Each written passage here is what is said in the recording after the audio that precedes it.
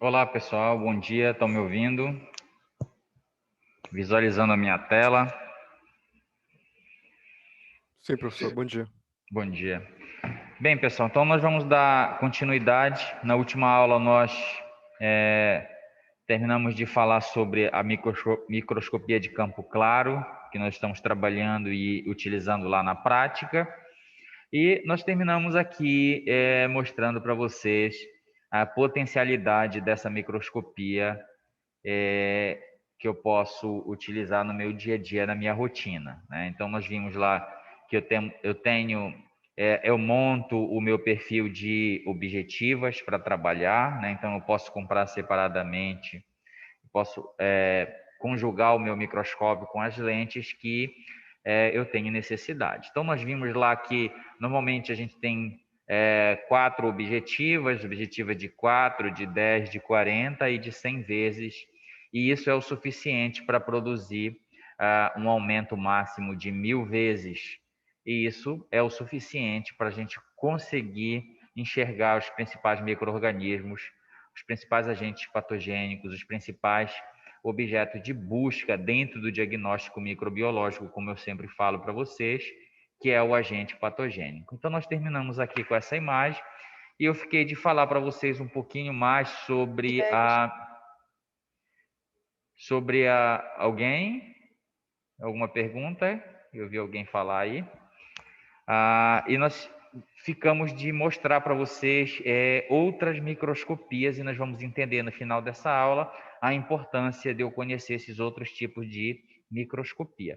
Eu já adianto para vocês que a microscopia que eu utilizo normalmente é a de campo claro, e eu no máximo chego a de fluorescência, algumas vezes eu tenho, né, a microscopia de fluorescência e microscopia de campo escuro, que nada mais é do que o próprio microscópio de campo claro, mas eu tenho lá, eu compro uma lente de conjugação, né? Como eu falei para vocês, eu posso equipar esse meu equipamento para fazer uma melhora nele. Então, alguns micro-organismos, como o treponema pálido, eu preciso de um campo, né?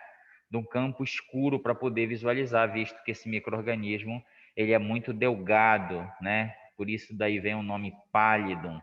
Então, eu preciso. Então, isso aí são pequenos ajustes, equipamentos. É como se eu potencializasse um microscópio que eu já tenho. Então, a microscopia de campo claro, que nós temos mostrado para vocês, que temos feito na aula prática, é o que vai se apresentar com maior frequência no dia a dia de vocês. Mas nós temos e precisamos saber de outros tipos de microscópio. Então, eu tenho um microscópio de fluorescência.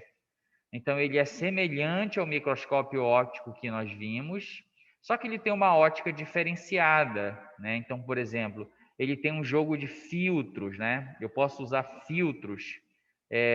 Então, se eu pensasse no microscópio de fluorescência, eu pensaria nele como um microscópio óptico melhorado, né? Com upgrade, um potencial a mais, que é verificar diversos tipos de comprimento de onda, como eu falei para vocês, quando eu falei para o microscópio óptico. Eu posso comprar os filtros, né? Eu posso equipar esse meu microscópio com filtros especiais, né? Então, mas entendam que não é, eu vou comprar um microscópio óptico e depois eu vou montar ele, não.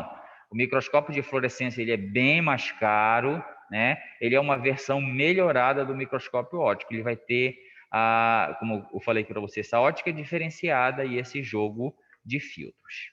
Esse jogo de filtros ele vai servir para eu verificar uma determinada cor. Então, a gente vê essas imagens belíssimas que a gente vê na internet, que a gente vê nos livros, né, de microscopia.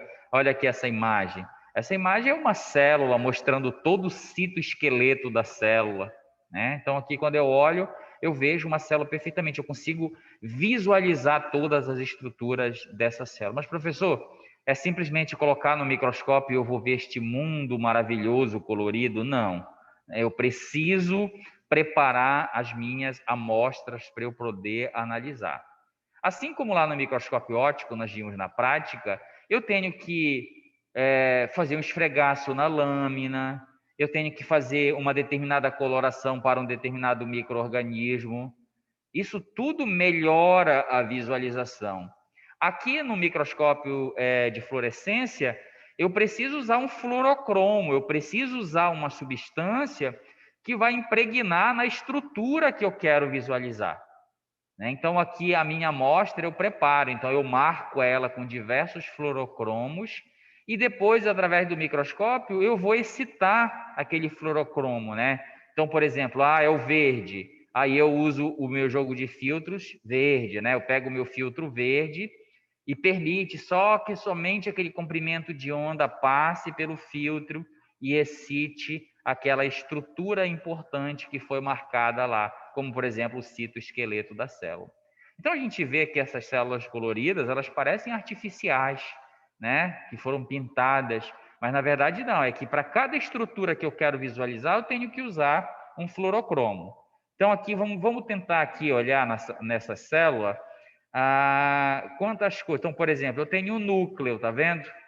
O núcleo, se eu quero visualizar núcleo, eu tenho que usar um corante para núcleo, um corante que vai ser citado nesta cor azul aqui, né? Então, por exemplo, DAP é um corante, um fluorocromo que eu utilizo para corar núcleo. E aí eu excito com aquele comprimento de onda e a cor se revela, né? E aí eu consigo visualizar. Então, essa célula aqui, ela tem diversas marcações, ó. Eu tenho uma marcação para membrana, eu tenho uma marcação para citoesqueleto, eu tenho uma marcação para núcleo, né? Para que eu sirvo? Para que serve, né? Para que eu precisaria dessa microscopia?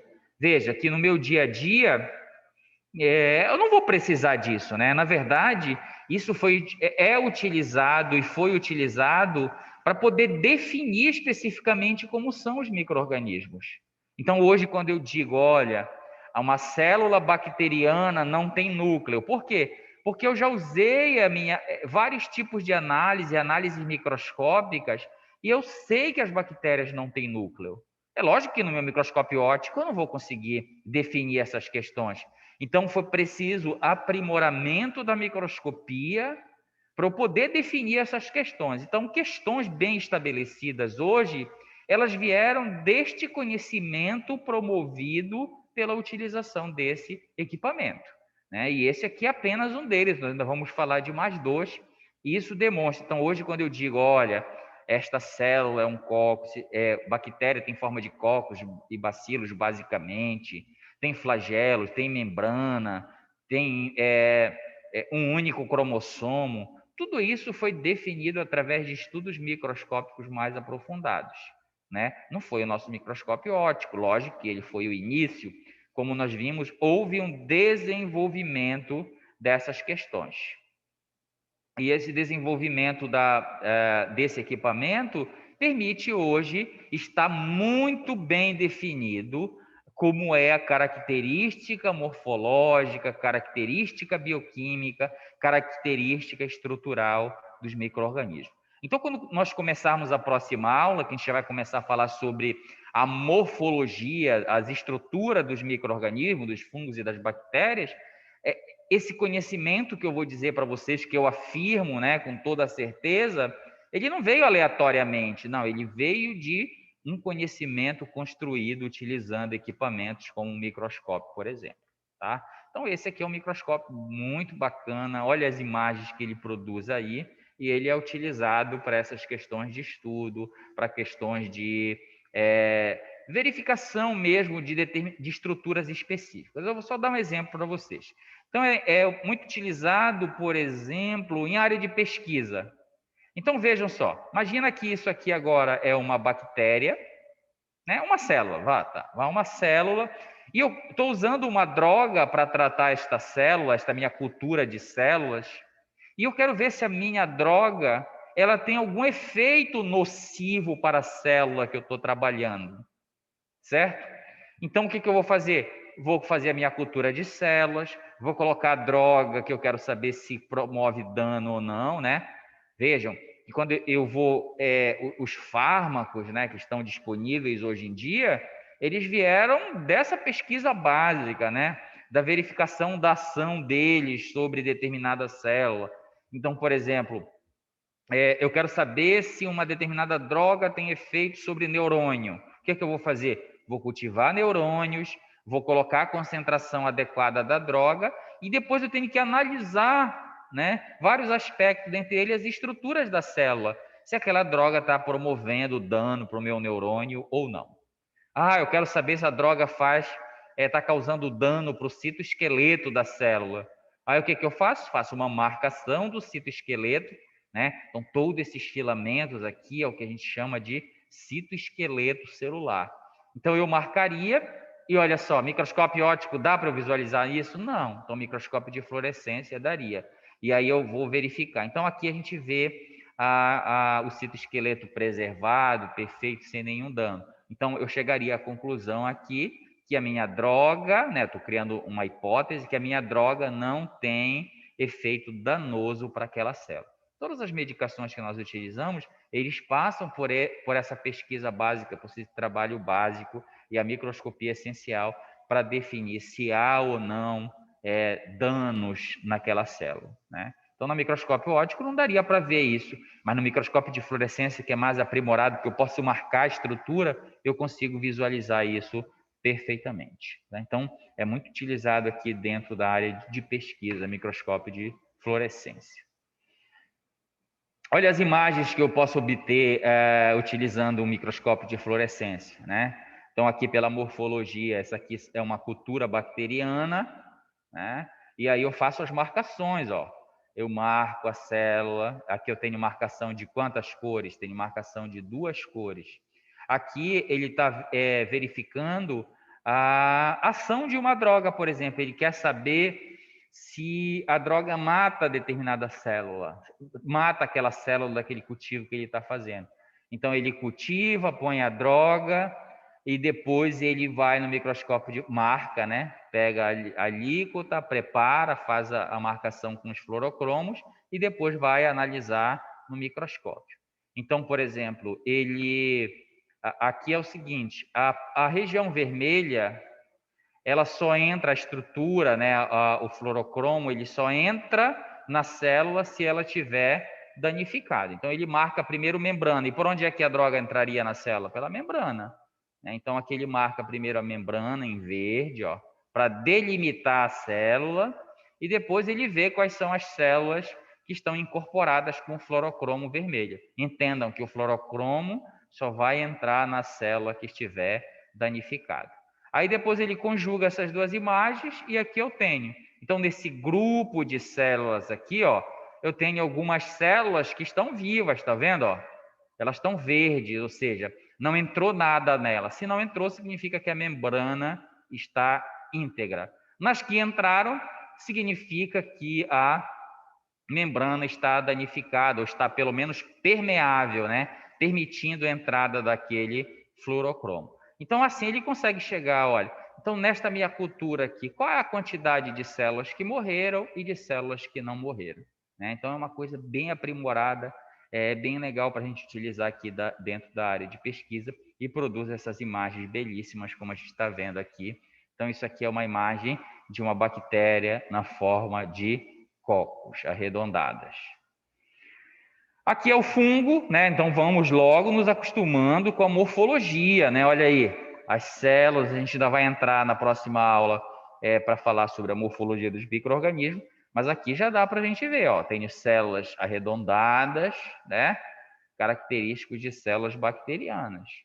Olha só, a confusão que nós fizemos lá na outra aula prática, né? A gente vê algo arredondado, já acha que é bactéria. E nós vimos que o que tinha lá na nossa aula prática era uma levedura, né? Então, aqui a mesma coisa, ó, marcação com fluorocromo, e aí eu consigo definir a questão das leveduras. Eu queria que vocês relembrassem um pouquinho lá de casa e me dissessem como é que eu posso afirmar que esta imagem obtida através do microscópio de fluorescência pode me dizer que isso aqui é um fungo ou uma bactéria? Vamos lá, alguém de casa, quero participação de vocês, vocês estão muito calados.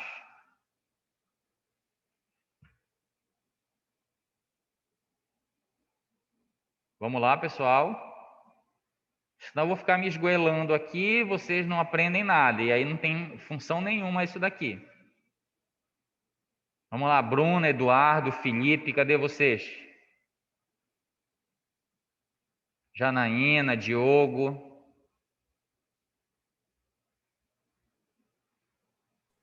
Formato ovoide, professor? Aí eu tenho que ir para morfologia, né? Então aqui, vou voltar aqui só um pouquinho, ó. Então aqui a gente tem um formato arredondado. A gente vê que todas as células elas têm um formato arredondado.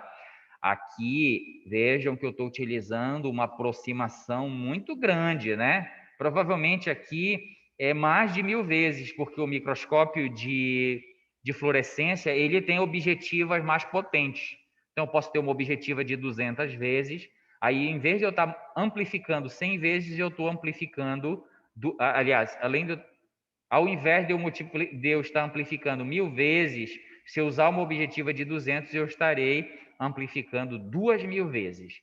É por isso que isso aqui parece grande, né? Mas não é, porque está muito próximo, realmente amplificou. Mas pela morfologia a gente vê aqui, ó, eu tenho células bem arredondadas, diferente daqui que eu tenho células o quê?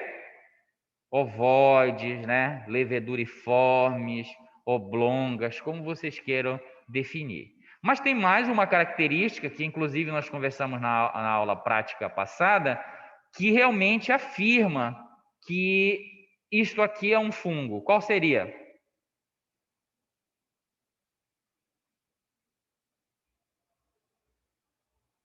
Então, a primeira dela é ser ovoide, né? Ser leveduriforme. Mas tem uma característica peculiar que me diz, olha, realmente isso aqui é uma levedura, isso aqui é um fungo, na forma leveduriforme. Qual seria?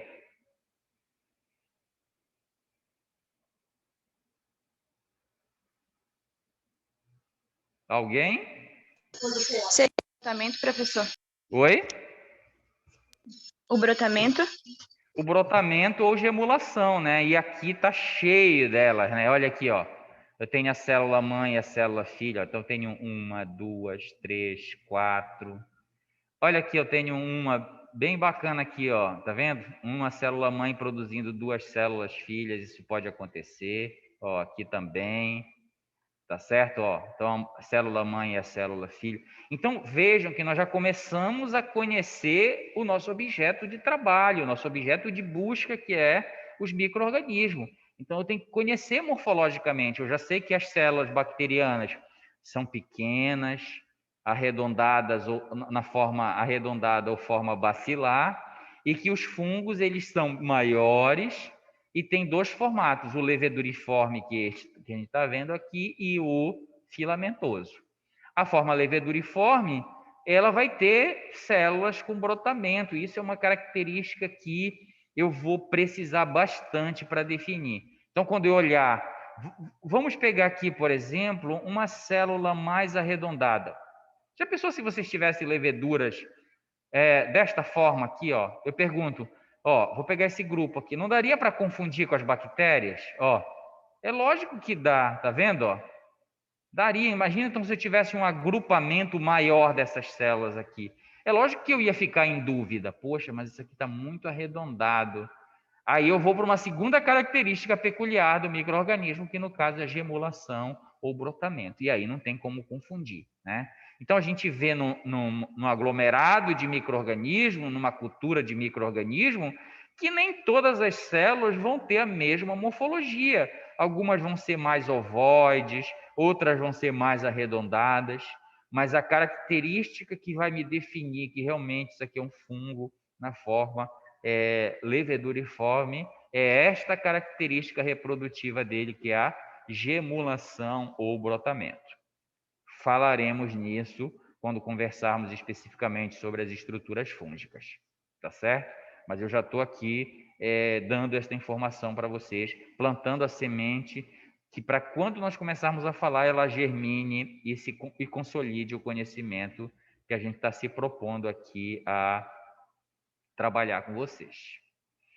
Então, essa é a primeira microscopia de fluorescência, e o segundo é a microscopia que eu queria mostrar para vocês, falar É lógico que a gente não vai aprofundar nessas questões, mas vocês vão sair daqui sabendo que elas existem, saber onde é que elas são utilizadas, a aplicabilidade dela. O outro microscopia é a microscopia eletrônica de varredura. Aqui eu já estou trabalhando um equipamento bem mais complexo, tá vendo aqui? Eu estou mostrando um dos menores para vocês, mas tem microscópios bem maiores do que esses, ou bem mais compactos também, dependendo da situação, dependendo da fabricante. Então, o que é utilizado aqui? O microscópio, ele usa a varredura por feixe de elétrons. Então, vejam só, aqui eu já não utilizo mais a luz, né? Aqui eu utilizo quem? Elétrons. Os elétrons que irão se chocar contra a minha amostra, produzindo uma imagem. Então, para isso, lógico, eu preciso, olhando aqui para essa imagem, eu preciso do microscópio. A minha amostra aqui, o meu microscópio aqui já não vai ter mais objetivo. Eu vou ter que colocar a minha amostra aqui dentro, né? Num local específico, tá vendo isso daqui? Isso aqui são os estambes onde eu coloco a minha amostra. Então, eu preparo as minhas amostras, eu grudo elas em fitas de carbono, eu revisto a superfície dessas amostras com metal, como, por exemplo, ouro, né? Então, eu revisto toda essa superfície e depois eu coloco aqui dentro do microscópio. E aí eu vou usar um software do microscópio para utilizar. Então, a minha manipulação desse microscópio, da minha amostra, análise da minha amostra, ela vai se dar através desse controle aqui, né? Do software que eu utilizo aqui. Então, é aqui que eu vou direcionar feixe do elétron, onde deve incidir. É aqui que eu vou movimentar para passar de uma amostra para outra. Então, aqui eu já não tenho mais objetiva, né? Já é um equipamento muito, muito mais moderno do que os microscópios anteriores que nós vimos, tá certo? Aqui é a parte interior do microscópio, né? Só para a gente ter uma ideia. Então, isso aqui onde está a minha amostra, ó, eu coloco bem aqui, ó, nessa região. Então, eu abro como se fosse uma estufa ou uma gaveta, coloco a minha amostra toda preparada, né? Desidratada, grudada na fita de carbono, revestida a superfície com metal como ouro, por exemplo, e depois eu coloco aqui dentro, fecho, crio um ambiente a vácuo, e aí eu vou começar a controlar aqui emissão de elétrons, e aí eu vou ter a produção das minhas imagens. Então aqui a gente vê na tela, né, as imagens produzidas do material que está aqui dentro, que está sendo analisado. Então eu passo para a direita, para a esquerda, passo de uma amostra para outra, e vou analisando. E eu vou analisando mais profundamente. Olha aqui. Isso aqui é uma imagem de microscopia eletrônica de varredura de uma bactéria. Olha como eu consigo ver ela muito mais próxima, né? Cria até uma imagem tridimensional, tá vendo? Então, elas estão aqui aglomeradas. E aí eu consigo ver, definir muito perfeitamente aqui, né? Então, por exemplo, aqui, ó, eu tenho células bem redondas, né? Então, aqui são as bactérias. Olha aqui, duas células sofrendo a divisão, né? Um diplococos, ó. 2 cocos se dividindo, ó, tá vendo? Eu consigo ver isso. Imagina se eu conseguiria ver isso na microscopia óptica. Não. Então, aqui eu consigo ver, inclusive, ó, substâncias aqui na superfície da célula, né? Então, eu posso aproximar. Então, eu quero olhar mais aproximada esta célula aqui. Aí eu vou, me aproximo, olho toda essa superfície. Então, eu tenho uma aproximação gigantesca aqui, chegando aí à casa dos micrômetros, nanômetros, e eu consigo analisar. Tá? Então, hoje, quando eu digo, olha, a bactéria ela tem este formato, de onde foi que veio essa informação? De onde é que foi construído? Como é que foi construído esse conhecimento? Utilizando a microscopia para definir. Então, eu pego e defino como são os micro-organismos e depois eles são categorizados. Então, hoje, quando eu digo, olha, esse micro-organismo da família, do gênero Staphylococcus, eles são células arredondadas, gram-positivas, tudo isso veio de conhecimento que foram se juntando e montando o conhecimento atual que nós temos hoje. Olha a levedura na microscopia eletrônica de varredura. muito próximo, né? Muito próximo. Inclusive, eu consigo ver, ó, o local de onde esta célula filha se soltou, tá vendo? Então, essa aqui é uma célula mãe que já produziu diversas leveduras filhas. Ó, tá? Aqui eu tenho uma levedura. As leveduras, elas produzem aqui, né? Então, tem uma célula mãe que produz uma célula filha e vai chegar um momento em que essa célula filha vai se soltar da célula mãe. E quando ela se separa, quando ela se solta, ela deixa essa cicatriz aqui, ó, né? Como se fosse o nosso umbigo, né? Que é a cicatriz, a ligação do cordão umbilical com a placenta materna. Então, quando ela se solta, a levedura filha, ela deixa essa cicatriz. E vejam o nível de detalhamento que eu consigo ver quantas leveduras filhas esta levedura mãe já produziu, ó. Eu olho pela cicatriz, ó, 1, 2, 3, 4. Aqui ela já produziu 4 leveduras filhas, né? Essa aqui produziu 2, pelo menos o que eu estou vendo, e essa aqui já está formando uma terceira. Eu tenho leveduras que não estão se reproduzindo, eu tenho leveduras maiores, leveduras menores. Então, é este nível de detalhamento que chega a microscopia eletrônica de varredura. Olha aqui, essa imagem ela está aproximada 5 micrômetros. Pode aproximar mais? Pode. Eu posso olhar aqui dentro dessa cicatriz, né? Então, é perfeita esse tipo de microscopia.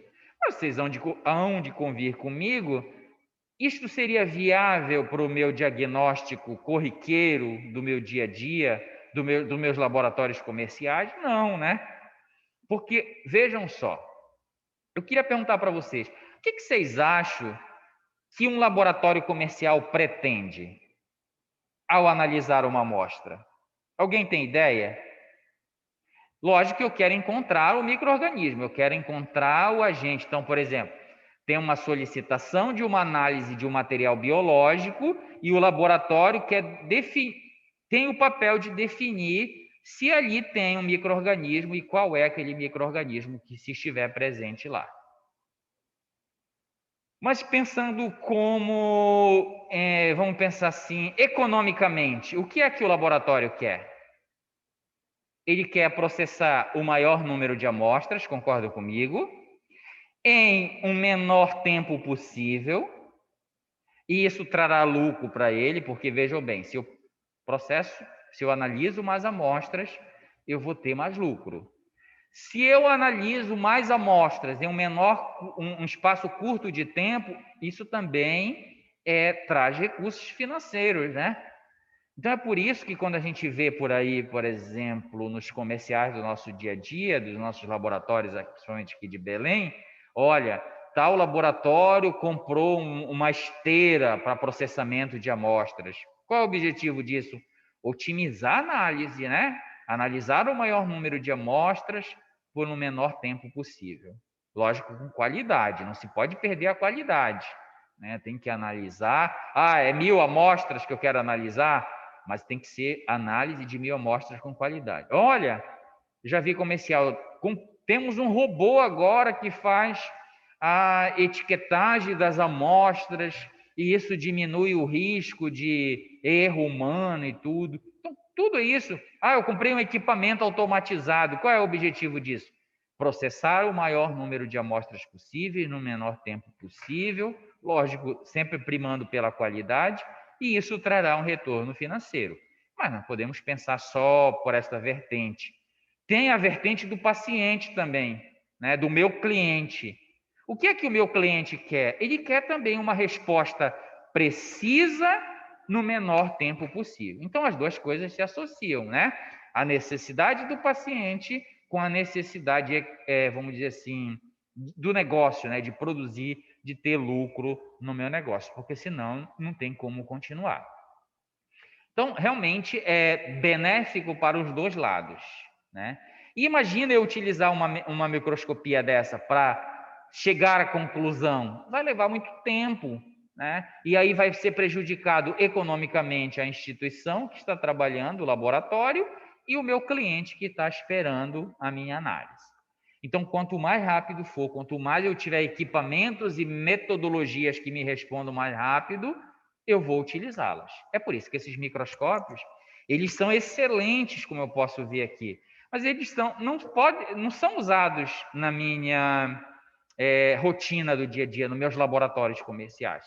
Então, como eu falei para vocês, no máximo eu vou ter um microscópio de fluorescência, mas eu não vou ter um microscópio de varredura, eu não vou ter um microscópio de transmissão, né? Porque isso é caro, é um equipamento que tem um alto custo, e quem tem normalmente isso aí são instituições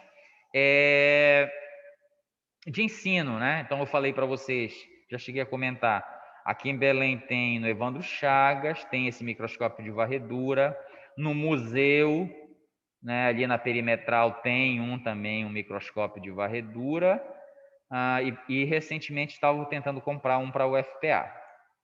Tá? Então são poucos lugares, normalmente são essas instituições de pesquisa que realmente precisam definir especificamente, perfeitamente. Muitas das vezes, eles vão descrever, né, um novo micro-organismo, porque a gente vive imerso numa abundância de seres vivos que ainda não foram descritos, né, ou descobertos.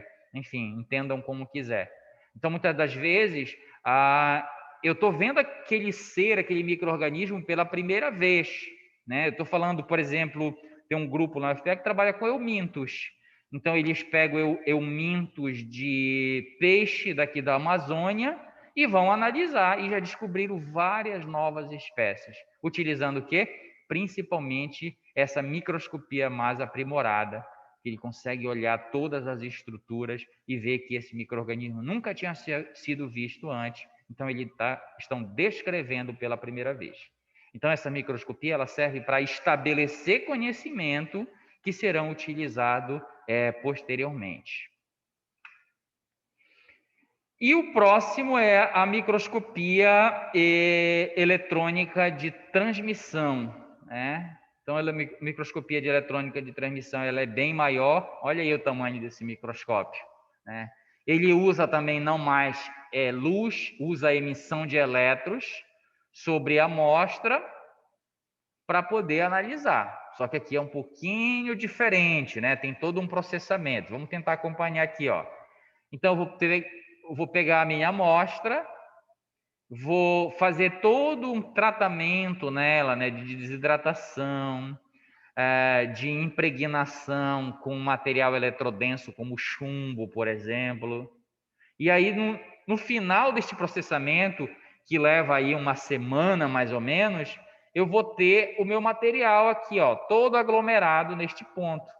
Eu pego esse material, eu insiro nesta resina, e esta resina, né, eu vou cortar aqui no ultramicrótomo, eu vou cortar aqui, ó, fatias finíssimas desse meu material, vou colocar ela na superfície de uma grade, estão vendo essa grade aqui? Grade de níquel. Eu pego esses cortes que eu estou obtendo e coloco sobre ela. E é esta grade pequena que eu preciso pegar ela com uma pinça, lógico que está aumentado, olha aí o tamanho dela. 3 milímetros, ela é muito pequena. Então é muito melindroso esse trabalho. Eu fiz isso aqui no meu doutorado e eu tive muito trabalho para poder processar as minhas amostras e para poder analisar no microscópio eletrônico de transmissão.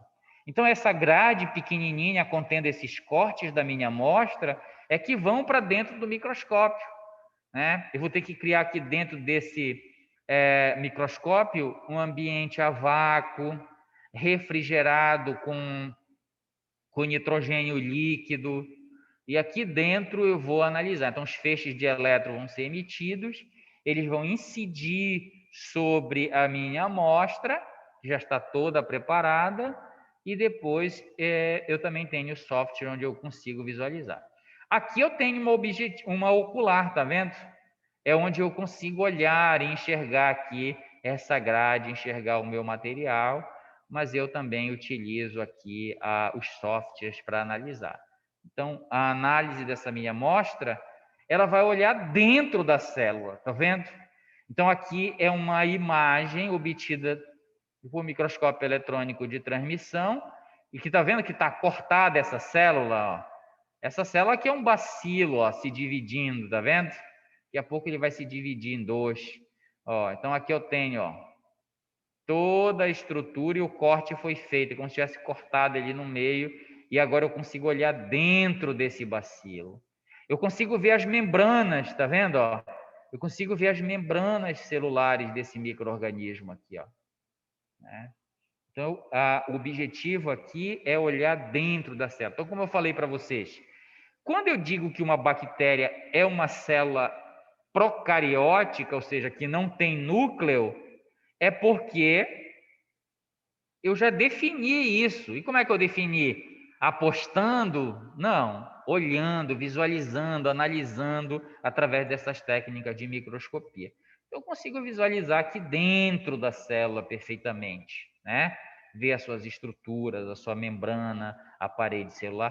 Professor, o senhor está dizendo que tem duas membranas aqui? Não. Nós vamos ver quando conversarmos sobre a estrutura das bactérias, que ela tem o quê? Ó, uma membrana interna, e isso externamente é o que a gente chama de parede celular que tem nas bactérias. Então, aqui eu tenho membrana e tenho parede. Então, quando a gente começar a falar sobre essas estruturas, eu mostrar para vocês e falar, olha, a bactéria, ela tem esses envoltórios celulares, né? Cápsula, membrana, parede, tudo isso veio desse conhecimento aqui, dessa montagem, né? Dessa análise mais aprofundada, mais aprimorada. Né? Então, isso aqui seria a bactéria, isso aqui seria a imagem de fungo. Né? Olha aí como ele é mais arredondado. E aí eu vou perguntar para vocês, por que eu sei que aqui é fungo?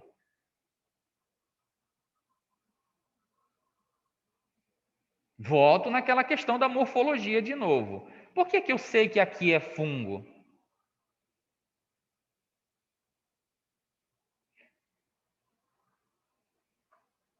Alguém? Porque eu tenho células, ó, que não são ovoides, certo? Produzindo uma célula filha, tá vendo? Ó? Então a célula mãe gerando uma célula filha, que foi aquilo que nós vimos na microscopia eletrônica de varredura. É isso aqui que a gente está vendo, ó. A gente está vendo tridimensional, vamos dizer assim, ó, célula mãe produzindo uma célula filha. Na microscopia de transmissão, é como se tivesse cortado aqui no meio, ó. E quando eu corto no meio, eu tenho essa imagem aqui, ó. Tá vendo?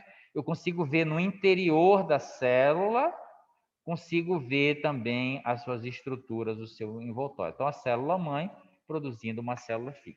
E aqui eu consigo definir uma outra característica dos fungos, que é a presença de núcleo.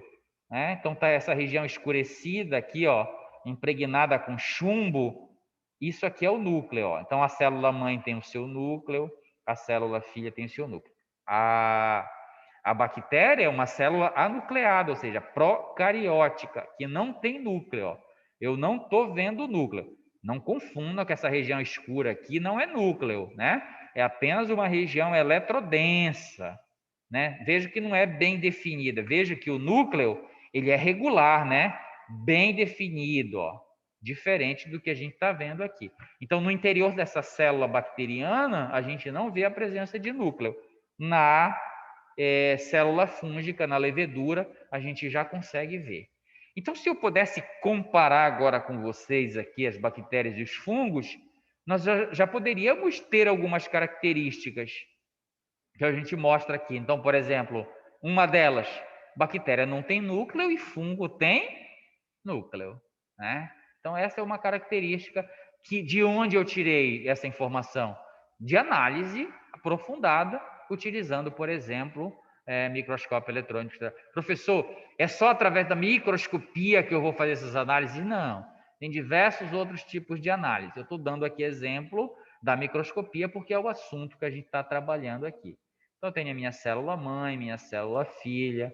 Daqui a pouco essa célula filha vai se soltar e essa região vai ficar aquela cicatriz que eu mostrei para vocês lá. Aqui, ó. Tá vendo? Ó? Então, vejam como é mais aprimorada essa questão dessa microscopia.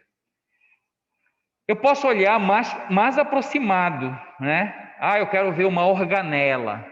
Então, eu vou olhar. Olha aqui uma mitocôndria.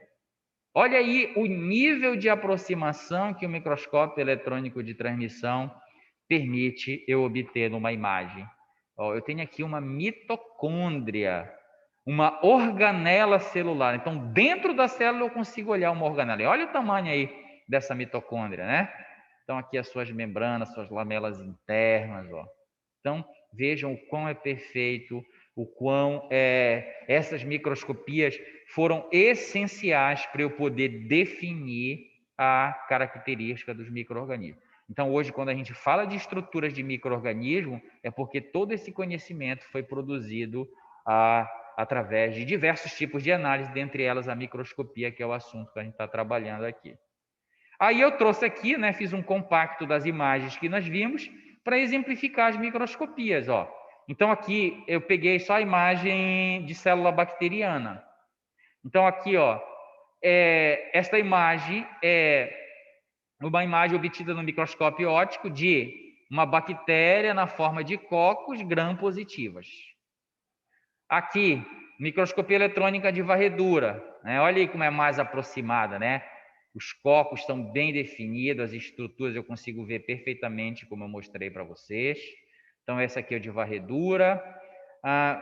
Aliás, vamos levar na sequência aqui, ó. Então, microscópio óptico de campo claro, através da coloração de gram, eu vejo lá os cocos gram-positivos. Aqui, microscopia eletrônica, microscopia de fluorescência, onde eu vejo os cocos marcados com o meu fluorocromo, né? E vejo que já está bem mais próximo, né? Como eu falei para vocês, aqui no microscópio óptico eu amplifico 1000 vezes, aqui no de fluorescência eu já posso utilizar uma objetiva de 200, e aí ele vai estar muito mais próximo, tá vendo? A microscopia eletrônica de varredura, né? Eu vou me aproximar em micrômetros. Ó, isso aqui eu já consigo enxergar muito mais aproximado, definido, inclusive, por exemplo, divisões, né? Células se dividindo aqui. E na microscopia eletrônica de varredura, de transmissão, eu posso olhar tanto o micro-organismo quanto estruturas internas desse micro-organismo. E aí, com todo esse conhecimento, com toda esta informação a respeito desse micro-organismo, é lógico que agora eu posso montar um perfil deles, né? Então, quando eu digo que as bactérias têm 2 formatos básicos, os cocos e os bacilos, que elas têm uma membrana constituída de determinada forma, uma parede de peptídeo glicano, que elas não têm núcleo, que algumas têm flagelo, tudo isso eu defini onde? Nesse conhecimento, nessa análise, principalmente utilizando a questão da microscopia. Ok, pessoal? Alguma dúvida sobre essa questão aqui? Sobre microscopia? Não, professor.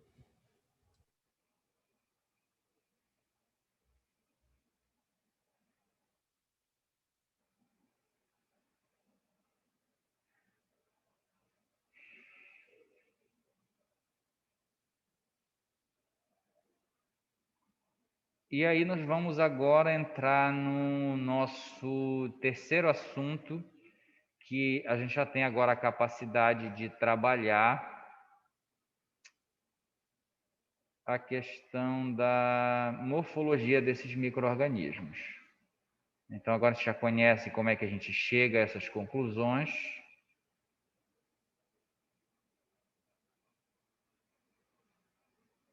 E aí nós vamos trabalhar a questão da morfologia e estrutura desses micro-organismos. Então, como eu falei para vocês, nós iremos aqui trabalhar 2 micro-organismos, né? 2 grupos de micro-organismos, as bactérias e os fungos.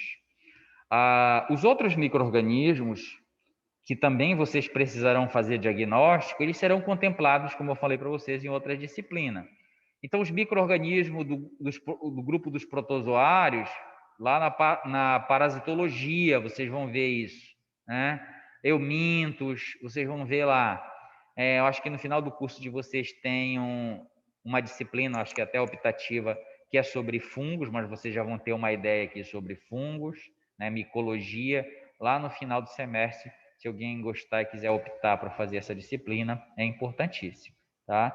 Então, a minha disciplina ela não abrange todos os micro-organismos, né? Nós vamos pegar esses dois grupos, fungos e bactérias, porque é eles que se fazem presente grandemente no nosso dia a dia de análise, de dia a dia laboratorial. Tá? Então, vamos começar pelas bactérias, que elas são mais comuns de aparecer e de estarem presentes nas amostras, mas eu já queria aqui adiantar para vocês que eu não quero que vocês tenham um pensamento unidirecional. O que seria um pensamento unidirecional?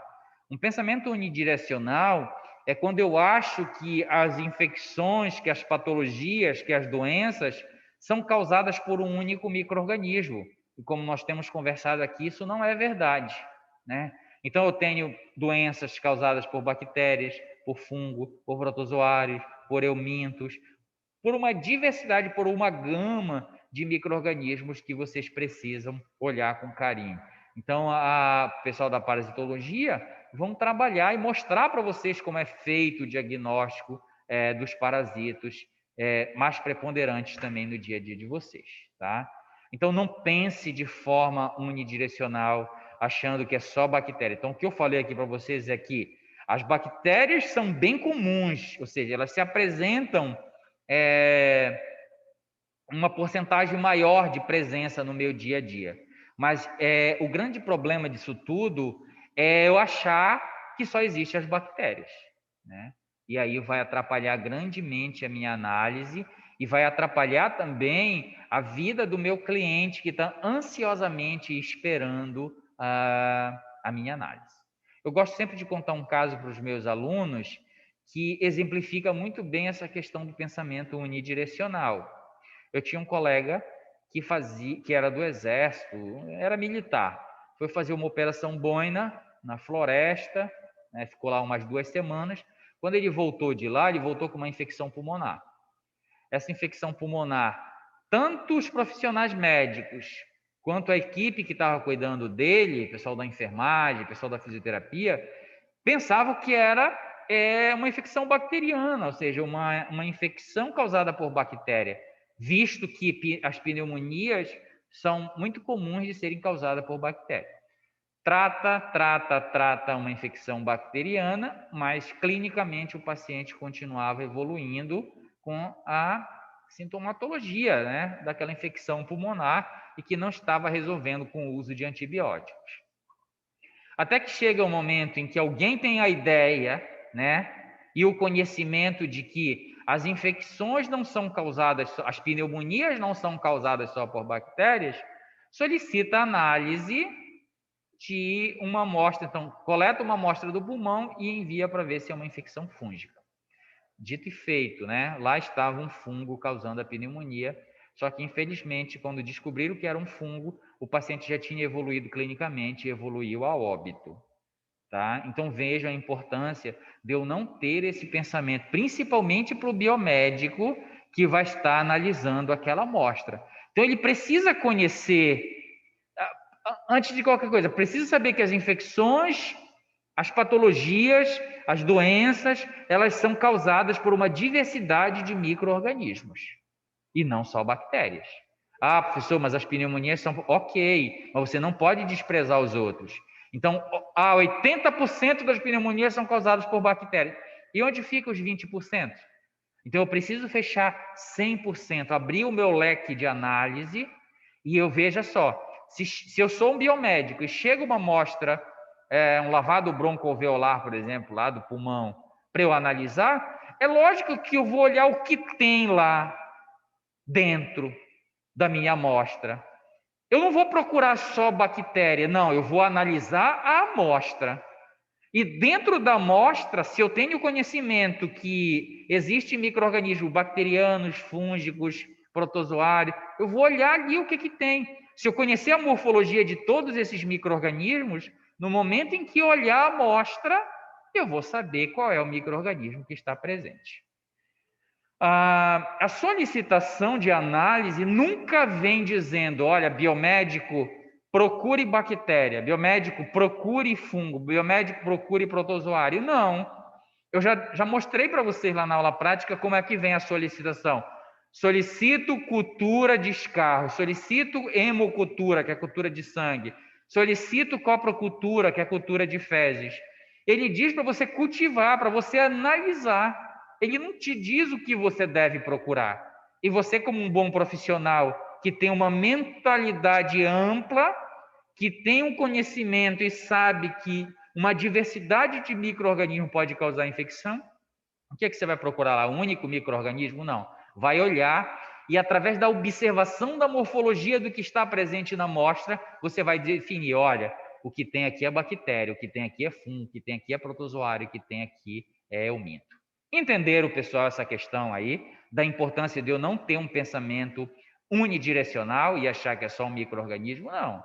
Tá? Então, eu peço para vocês encarecidamente que vocês observem isso, que vocês pesquisem em relação aos outros micro-organismos, que vocês conheçam em relação a outros micro-organismos, aproveitem as outras disciplinas, e a grade do curso de vocês é montada justamente objetivando que vocês tenham uma visão ampla. Então, aqui na minha disciplina, vocês vão ver bactérias e fungos, vão continuar vendo em microclínica 1 e microclínica 2, vocês vão ver protozoários, vocês vão ver eumintos.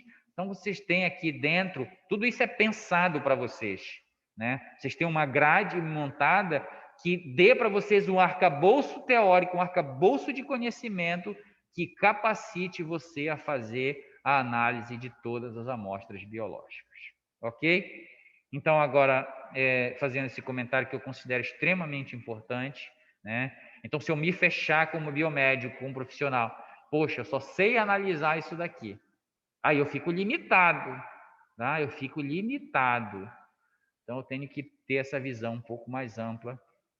E é isso que eu digo para vocês, que é um pensamento unidirecional. Quando eu só consigo enxergar aquilo, eu só consigo encontrar aquilo que me ensinaram como encontrar, tá? E o conhecimento, ele será construído no decorrer da vida acadêmica e depois na vida profissional de vocês. Mesmo você profissional formado, não sabe tudo, não conhece tudo, precisa continuar estudando, precisa. Então, vocês vão se deparar muitas das vezes no teu ambiente de trabalho com coisas novas, com micro-organismos novos ali. Você precisa usar o seu conhecimento teórico para conseguir definir o que é que está presente ali, tá? Então, vamos começar a falar aqui sobre a morfologia e as estruturas bacterianas. Nós conversamos no primeiro momento, quando a gente falou sobre microscopia, né? Vimos o desenvolvimento da microscopia e vimos que ele começa simples assim, né? Como esse microscópio que a gente está vendo aqui, lá no século XVI, onde o Anthony descreve, né? Lembra que eu falei para vocês? Ele pegava essas lentes, montou, ele era um colecionador de lentes, né? Era o hobby dele, era fazer isso daí. Então, ele analisava diversas amostras, e numa dessas amostras, por exemplo, de lodo, de água do pântano, ele consegue ver, usando essa lente, mesmo que rústica ainda, que algumas coisas se movimentavam. Então, ele pegava uma gota de água, colocava lá, ou mesmo em carne apodrecida, por exemplo, ele via que tinha algumas coisas que se movimentavam ali. E é lógico que ainda não se tinha o conhecimento sobre as bactérias, sobre os micro-organismos. Então, ele descreve, né, lá nesse início, como animáculos, ou seja, eu não sei o que é, mas é algo como um animal que se movimenta, por exemplo, que é visível a olho nu. Agora estou vendo algo microscópico que também se movimenta, e ele faz essa relação do visível com o microscópico, né? Que é esses seres que estavam se movimentando, e ele denomina como animáculos. Lá no século XIX, né? E como nós vimos lá na microscopia, isto foi se desenvolvendo, o microscópio foi sendo aprimorado, novos cientistas surgiram e se aproveitando, né? Na verdade, não é se aproveitando, se apoderando deste conhecimento prévio, né? Se aproveitando, se apoderando desses equipamentos, das metodologias que já foram criadas, e vão galgando degraus superiores em direção ao conhecimento. E foi isso que, por exemplo, Robert Koch fez. Agora já aqui, olha, no século XIX, ó. Isso aqui foi no século XVI, 17, 3 séculos depois, ou seja, 300 anos depois, Robert Koch já está trabalhando com esses seres. Eles já descobrem, já sabem nesse momento, 3 séculos depois, que existem os micro-organismos, que são esses animáculos que foram visualizados lá no século XVI. E aí o Robert Koch, ao analisar esses seres microscópicos, ele descobre, por exemplo, que o agente do carbúnculo e da tuberculose, ele é causado por um micro-organismo chamado Mycobacterium tuberculose.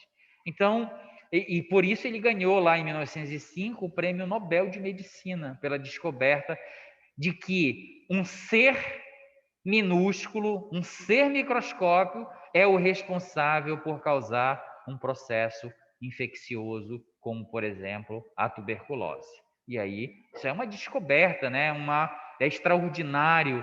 Hoje em dia nós usamos isso, este conhecimento que parece tão banal para a gente, mas pensa na revolução que isso produziu quando foi descoberto.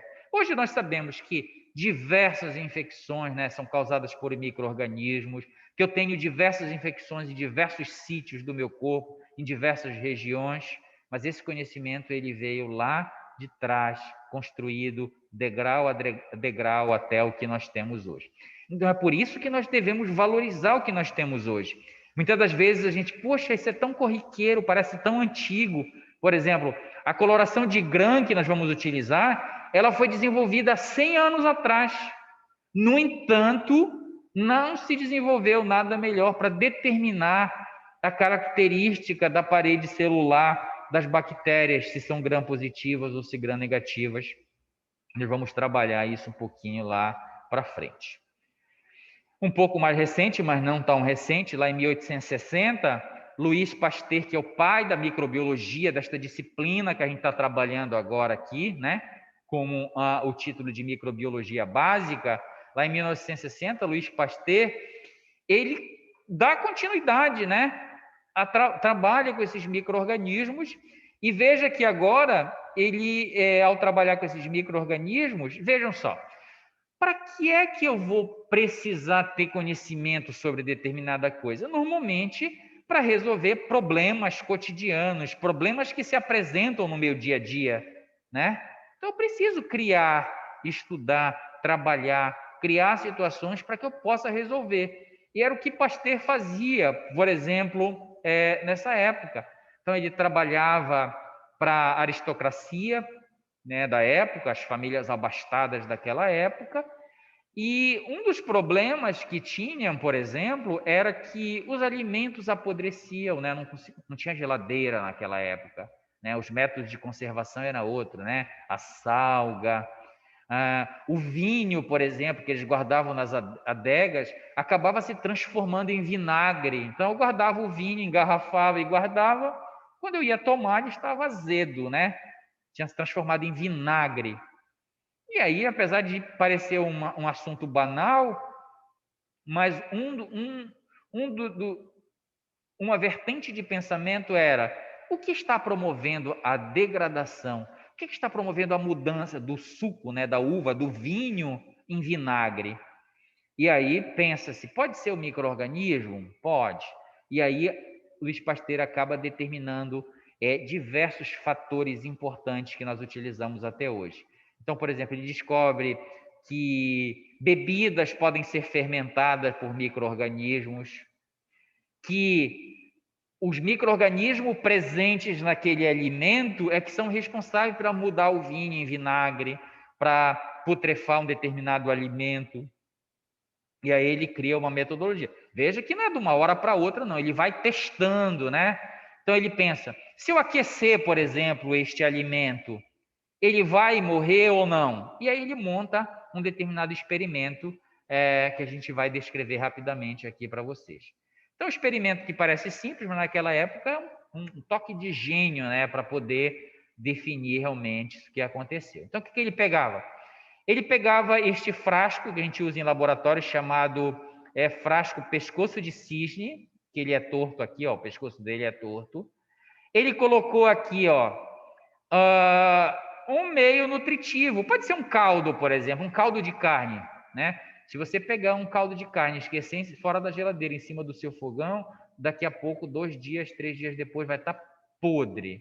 O que está promovendo ali aquela degradação? Hoje nós sabemos que são os micro-organismos presentes lá. Mas naquela época não se sabia, né? Esse conhecimento que nós usamos hoje estava ainda sendo desenvolvendo naquele momento. Então foi isso que ele fez. Ele pegou o alimento, um caldo nutritivo, colocou dentro desse frasco e aqueceu. Lógico que o caldo nutritivo junto vai quem? Os micro-organismos, né? Só que quando ele aquece, o que acontece com os micro-organismos? Eles morrem. Se eles morrem, não tem como eles fazerem este processo de degradação do alimento, né? Não tem como fazer fermentação, por exemplo. E aí foi isso que ele observou. Então, quando ele colocava um caldo, aquecia, olha o que acontecia. No final, não tinha micro-organismo, porque morreram aqui, e o caldo não se deteriorava. Ele fez um segundo experimento, né? Então, ele pensou, então, o que está causando a deterioração é a presença do micro-organismo, provavelmente. Ele fez uma segunda experimentação, colocou caldo nutritivo contendo micro-organismo, aqueceu, deixou um determinado tempo, vamos dizer assim, 2, 3 dias, nada, não apareceu micro-organismo. E aí, o que ele faz? Ele quebra aqui, ó, o pescoço de cisne do frasco, né? Quebra aqui o pescoço do frasco e agora deixa exposto aqui. E o que ele observa depois? Que esse caldo apodreceu, mesmo depois de fervido. E aí, com esse experimento, ele determina, olha, esses micro-organismos, eles vieram de onde? Do ambiente.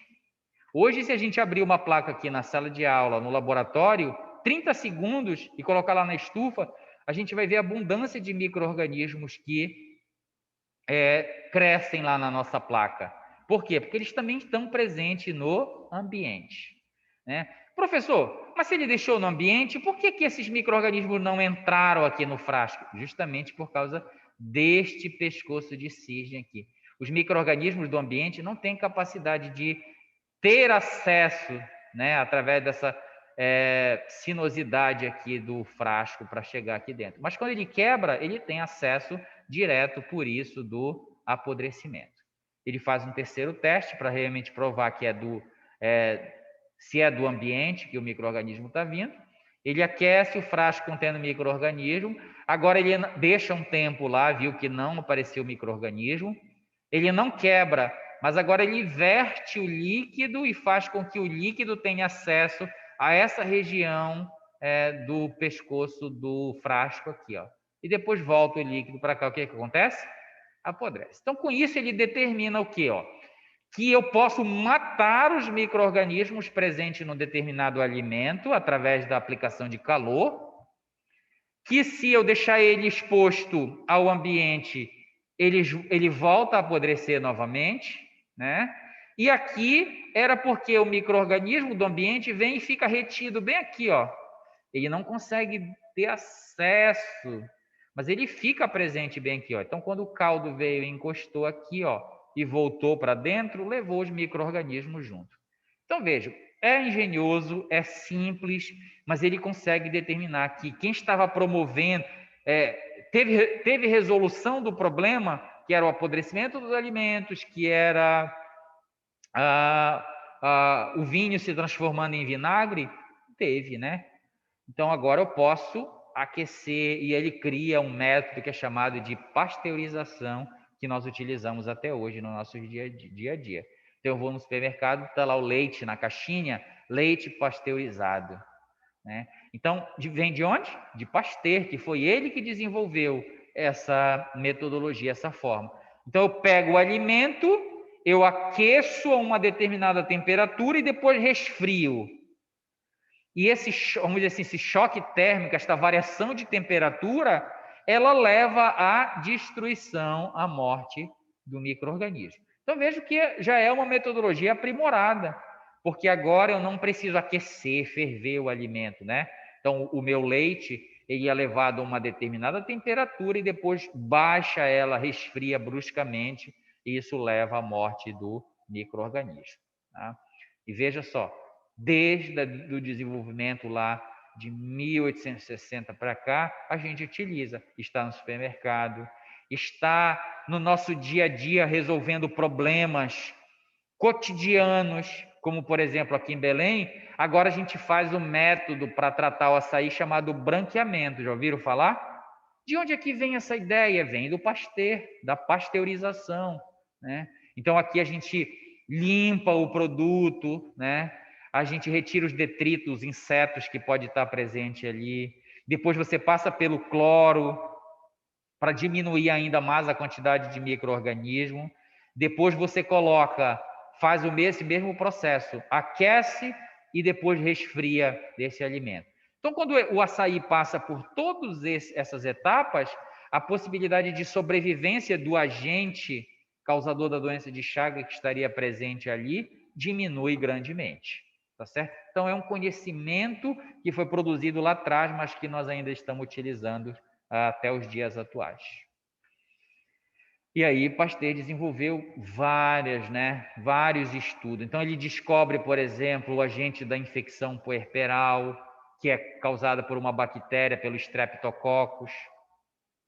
Então a febre puerperal, ali pela Idade Média, né, e até tempos mais recentes, as puérperas, ou seja, as mulheres que tiveram filhos recentes, morriam muito de infecção, que a gente chama de infecção puerperal.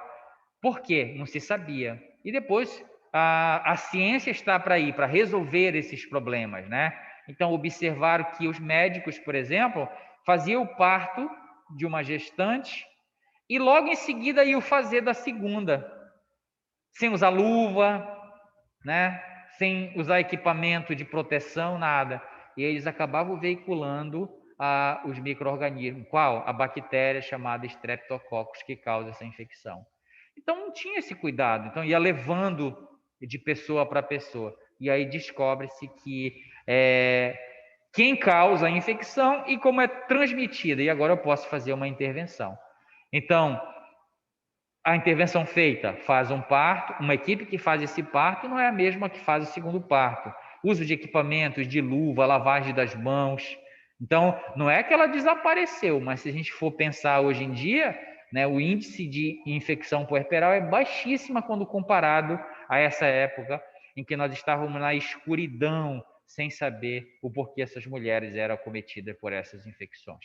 Então, vejo como o conhecimento sobre o micro-organismo, ele é salvador, né? Ele promove o desenvolvimento e hoje nós, lógico, tomamos todos esses cuidados porque esse conhecimento foi desenvolvido. Pasteur também está relacionado ao desenvolvimento de vacinas, por exemplo. Hoje é o que nós estamos ansiosamente esperando, né?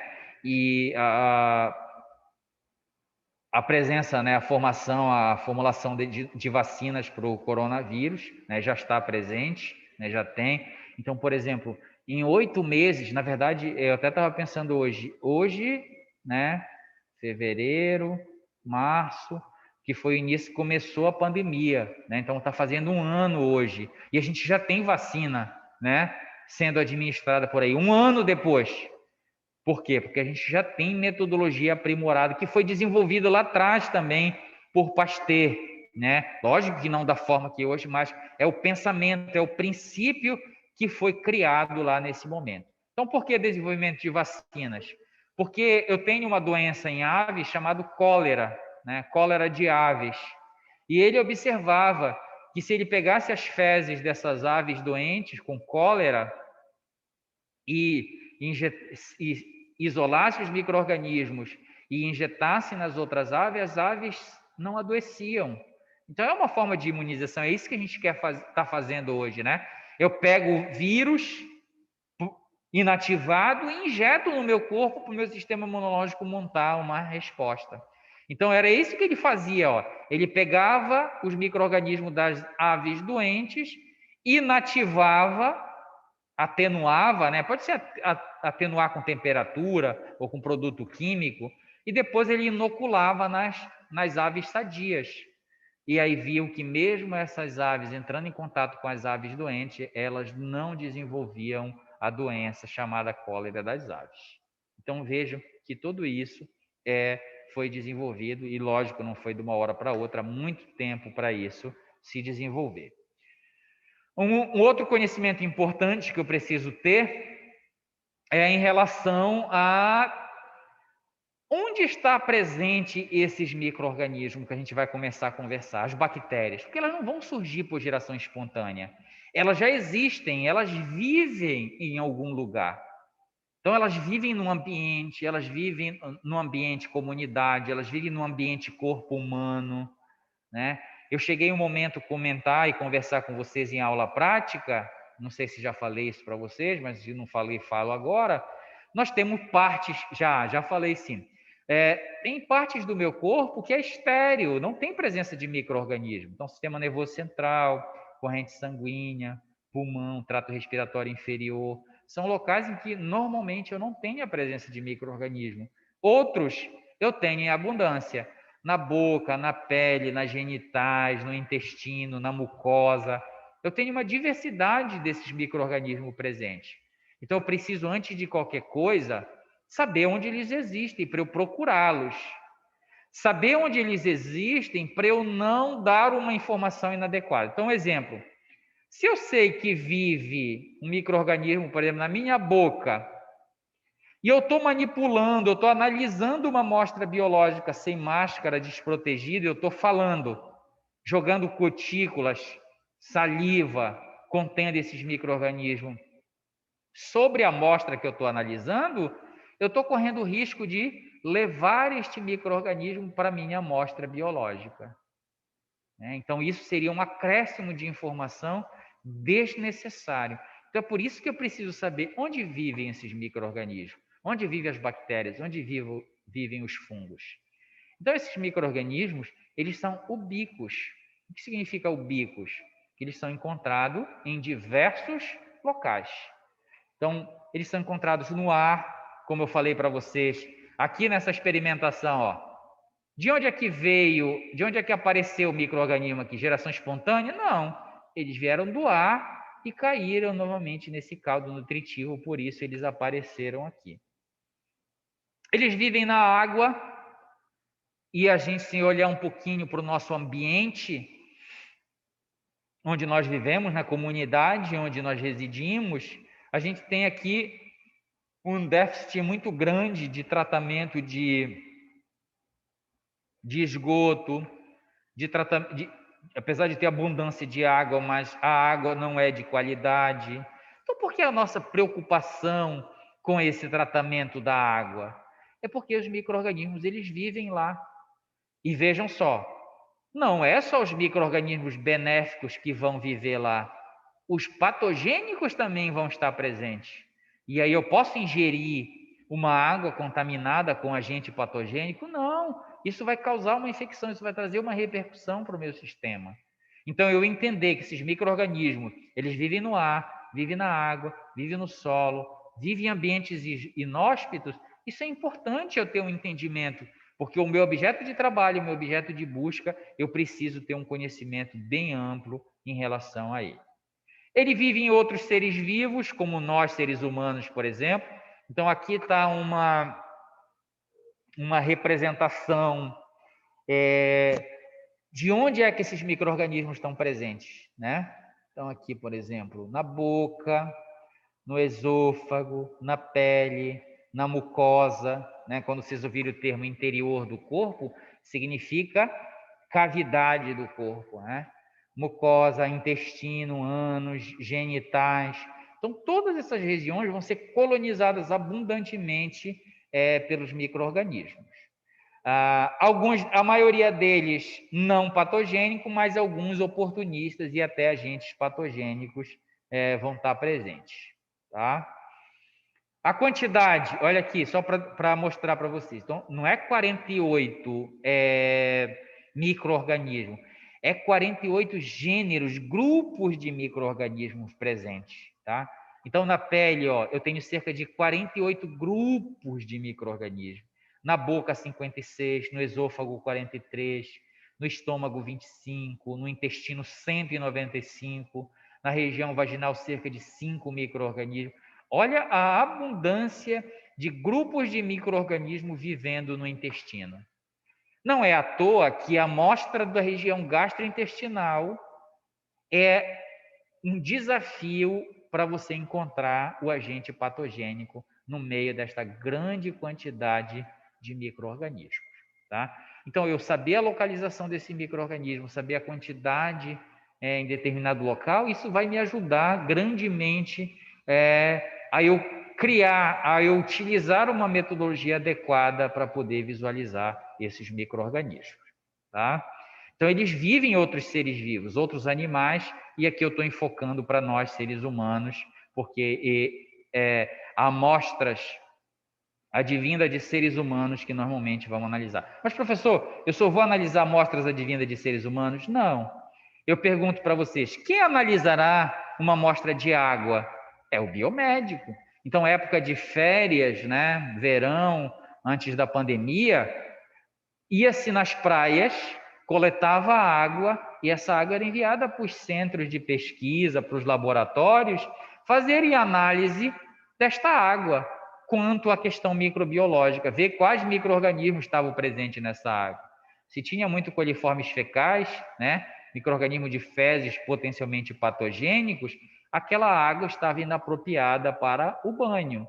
Quem determinou isso? Quem fez a análise? O biomédico. Então, aqui eu já deixo mais uma informação para vocês. Vocês não terão apenas uma vertente de trabalho. A área de vocês é uma área bem ampla. Vocês podem analisar amostras ambientais, amostras de outros animais, amostras do ser humano. Tá? Então, tem uma possibilidade grande de amostras que vocês vão analisar. É lógico que para eu fazer uma análise de uma amostra ambiental, eu tenho que conhecer quais são os micro-organismos presentes naquele ambiente que não são patogênicos, saber quais são os micro-organismos presentes naquele ambiente que são patogênicos, como no caso da água, os coliformes fecais, né? A Escherichia coli, a Salmonella, a Shigella, esses micro-organismos aí, são os agentes patogênicos, eles não devem estar presentes na água. Quando eles estão, significa o quê? Que aquela amostra, que aquela água está contaminada com fezes e, consequentemente, inadequada para o banho. Então, só para dar uma visão um pouco mais ampla para vocês. Esses micro-organismos que nós vamos conversar, eles desempenham um papel essencial na manutenção da vida e equilíbrio do ecossistema. Então, não pense nos micro-organismos como seres maléficos, né? E que têm a intencionalidade de destruir você. Não. Quando eu digo aqui que o meu objeto de busca é o agente patogênico, é porque eu quero saber se naquela amostra tem um agente patogênico. Não significa que esse agente patogênico ele quer destruir você, pelo contrário, ele é um ser vivo que nem consegue fazer a diferença se está num tronco de árvore, se está na água, se está no ar, se está num ser humano. Ele está ali se multiplicando, causando até danos para aquele ambiente, porque ele quer sobreviver. Tá? Então não pense por esse lado aí, que às vezes a gente pensa no micro-organismo como se ele fosse um ser pensante, né, que tem realmente uma intencionalidade de destruir vocês, e não é por essa vertente, não é por esse lado que nós devemos pensar. Pelo contrário, a maioria dos micro-organismos, eles são benéficos. Por isso que eu digo que eles são essenciais para a manutenção da vida e equilíbrio do ecossistema. Atualmente a gente tem visto muito, né, nessa questão nutricional a importância da microbiota intestinal, né, para manutenção do nosso corpo saudável. Tem vários fatores aí envolvidos e que os benefícios são maiores que os malefícios. E é uma minoria de micro-organismos que são patogênicos, mas essa minoria de agentes patogênicos, eles são importantíssimos em causar danos, e é por isso que nós precisamos detectá-los se estão ou não presentes na amostra que eu estou analisando. Então, qual seria aqui um fator benéfico? Eles são decompositores de matéria orgânica, né? Fixadores de nitrogênio lá na relação com a planta, por exemplo. Eles estão envolvidos na síntese de nutrientes que nós não conseguimos produzir, como, por exemplo, a vitamina K e a vitamina B.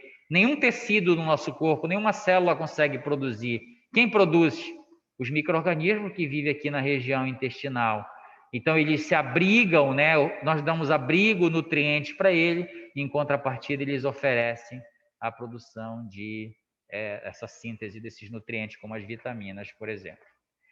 Eles também estão envolvidos na competição com patógeno. Então, o micro-organismo que vive na minha pele, ele compete com um agente patogênico que tente adentrar aqui. E muitas das vezes, na verdade, na maioria das vezes, ele ganha esta competição, impedindo com que o patógeno se estabeleça, né?